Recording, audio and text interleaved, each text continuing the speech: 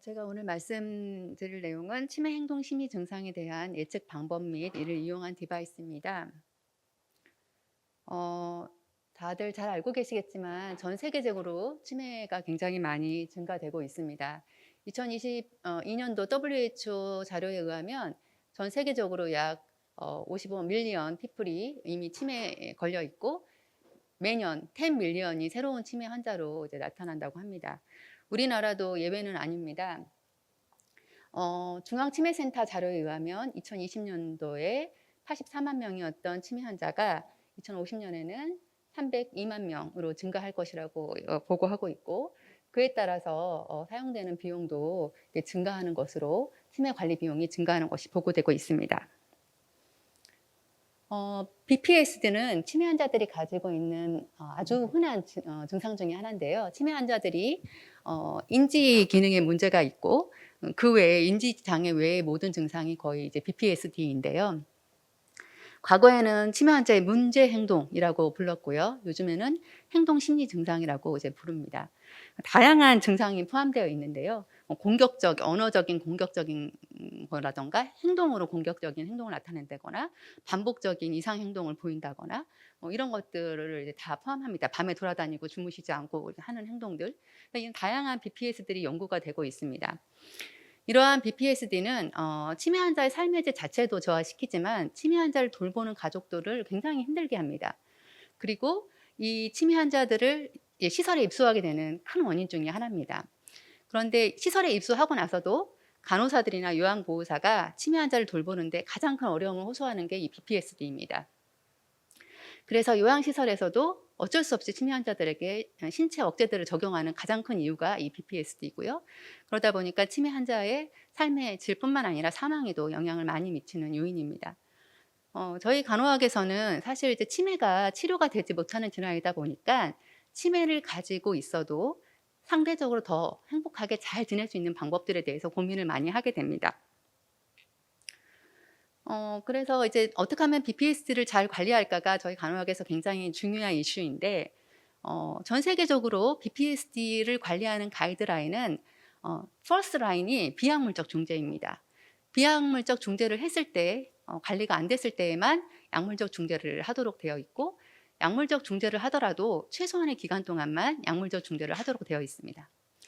그런데 그러면 BPSD 비약물 중재에 대한 연구들이 굉장히 많이 이루어져 있을 것 같잖아요.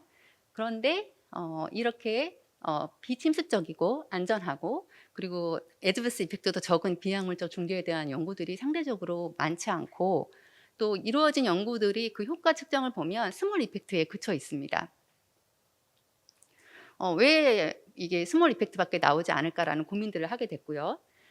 그 중에 하나가 제가 생각한 거는 이제 연구를 하다 보면 BPS를 측정하는 방법들, 이제 이 연구를 하려면 어세스를 해야 되는데, 전 세계적으로 사용되는 어세스먼트 툴들을 보면 당 일정 기간, 예를 들면 지난 2주 동안에 이 환자가 어떤 BPSD 증상을 나타내냐, 얼마나 자주 나타나냐, 심각도가 어떤 거냐, 이렇게 특정 기간을 회상해서 묻는 어세스먼트가 대부분입니다. 예를 들면 이제 가장 많이 사용되고 있는 MPI 같은 경우도 이렇게 어세스가 되고 있거든요. 그런데 간호학에서 이제 BPS들을 설명하는 이론들을 보면, 물론 이제 의학이나 다른 학문에서도 BPS들을 연구하지만 간호학에서 가장 많이 사용하는 모델은 NBDA 모델입니다. Need Driven Dementia Compromised Behavior 모델이라고 해서 NDB 모델이라고 하는데, 간호학에서는 환자가 가지고 있는 백그라운드 팩터와 그 환자의 그 BPS를 촉발시키는 프락시멀 팩터가 같이 결합을 해서 BPSD가 발생한다라고 설명하고 있습니다.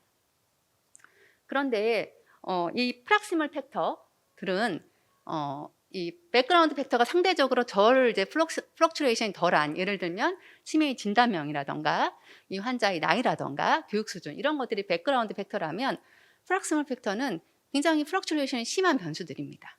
배가 고픈지, 통증이 있는지, 대소변에 문제가 있는지, 이런 변수들은 사실 지난 2주 동안에 어떤 BPSD를 회상을 해서 기록하기에는 어려운 변수들이고, 이런 기존에 사용됐던 측정 방법으로는 그 BPSD가 나타났을 때 어떤 상황인지를 알 수가 없습니다.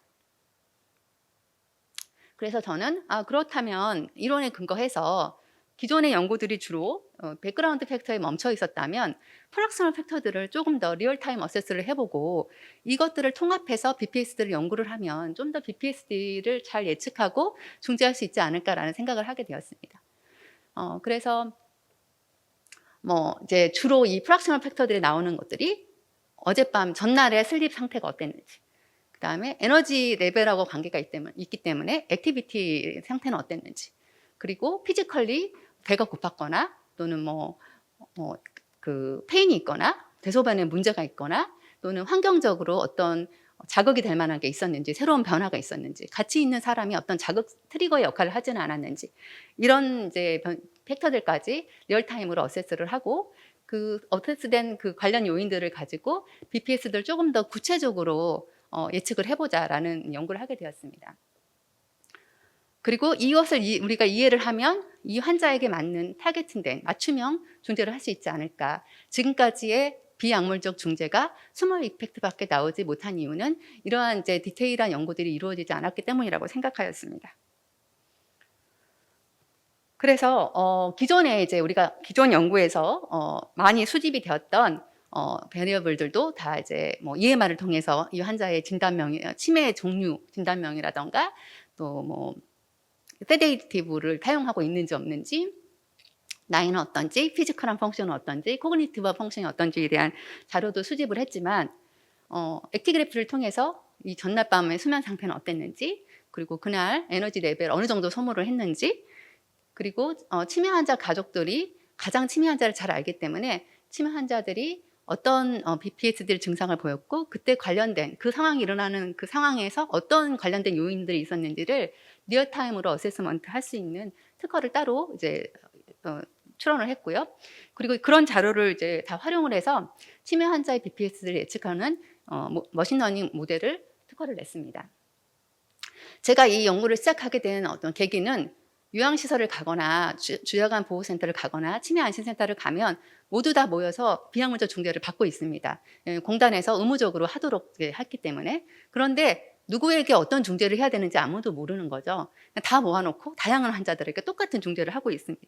그래서 스몰 이펙트밖에 나오지 않았을까라는 생각이 들었고, 제가 만약에 이 BPS들을 제대로 잘 분류하고 환자를 분류해서 그 환자에 맞는 비약물적 중재를 한다면 조금 더 효과가 있지 않을까라는 생각을 하게 되었습니다.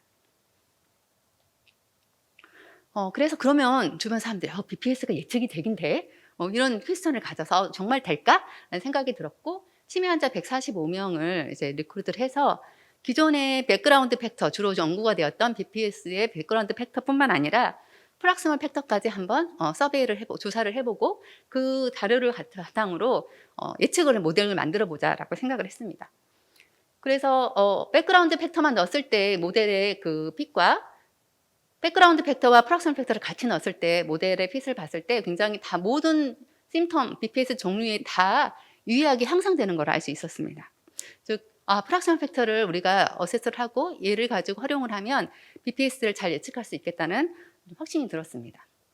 또한 그 BPSD 종류별로 통계적으로 유의한 요인들이 뭔가를 봤더니 생각보다 백그라운드 팩터 중에서는 여러 BPS 종류 중에 보시면 유의한 벡터들이 별로 없습니다. 생각보다 저는 이 알츠하이머 디지즈라던가 이 디멘치아의 종류가 굉장히 유의하게 영향을 미칠 거라고 생각했는데 백그라운드 팩터들은 생각보다 유의한 변수가 많지 않았고 프락시멀 팩터들은 굉장히 유의한 변수들이 많았습니다. 즉 프락시멀 팩터를 넣었을 때 예측력이 월등히 좋아지는 걸 알 수 있었습니다.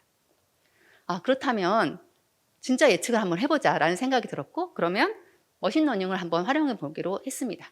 그래서 지금 지난 이 앞에서 봤던 그 데이터를 가지고 트레이닝 데이터로 활용을 하고 새로운 환자에게 테스트를 해보았습니다.